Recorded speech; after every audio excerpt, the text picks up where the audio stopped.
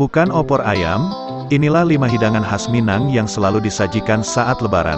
Ketupat menjadi satu hal yang identik saat perayaan Idul Fitri di Indonesia.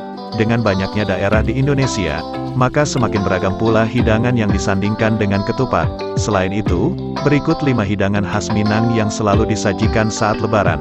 1. Lontong sayur. Lontong sayur khas Minang berisi ketupat yang disiram sayur pedas berisi buncis, nangka muda, lobak, dan pakis. Biasanya akan ditambahkan telur balado dan taburan kerupuk merah. 2. Sate Padang. Berbeda dengan sate pada umumnya, sate Padang memiliki cita rasa yang pedas dan gurih.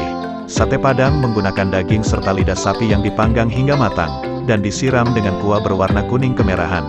3. Rendang. Saat Lebaran, rendang merupakan salah satu hidangan yang selalu ada di meja makan.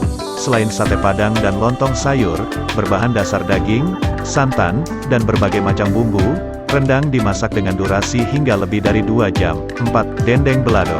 Dendeng terbuat dari daging sapi yang diiris tipis dan dibumbui, kemudian dikeringkan dengan cara dijemur.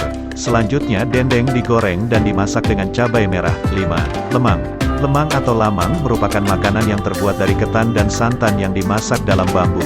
Lamang biasanya dimakan dengan tape ketan hitam yang manis.